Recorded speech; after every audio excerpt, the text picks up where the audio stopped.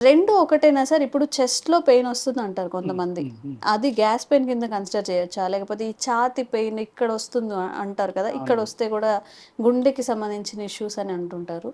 ఈ అదే డిఫరెన్స్ ఏంటి గ్యాస్ పెయిన్‌కి, గుండె నొప్పికి? డిఫరెన్స్ అంటే రకరకాలుగా ఉంటుందమ్మా అది. హ్మ్. గ్యాస్ ప్రాబ్లమ్ వల్ల గుండె నొప్పి రావడానికి అవకాశం ఉందమ్మా.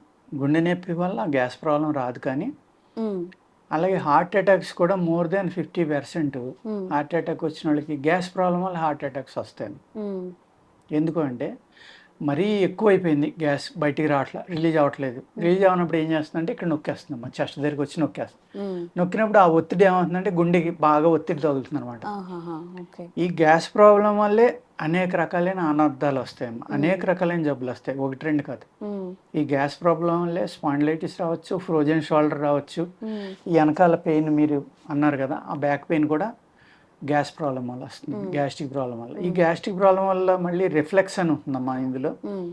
తిన్న ఆహారం అరగకుండా అది పాయిజన్ కింద మారిపోవడం. హ్మ్.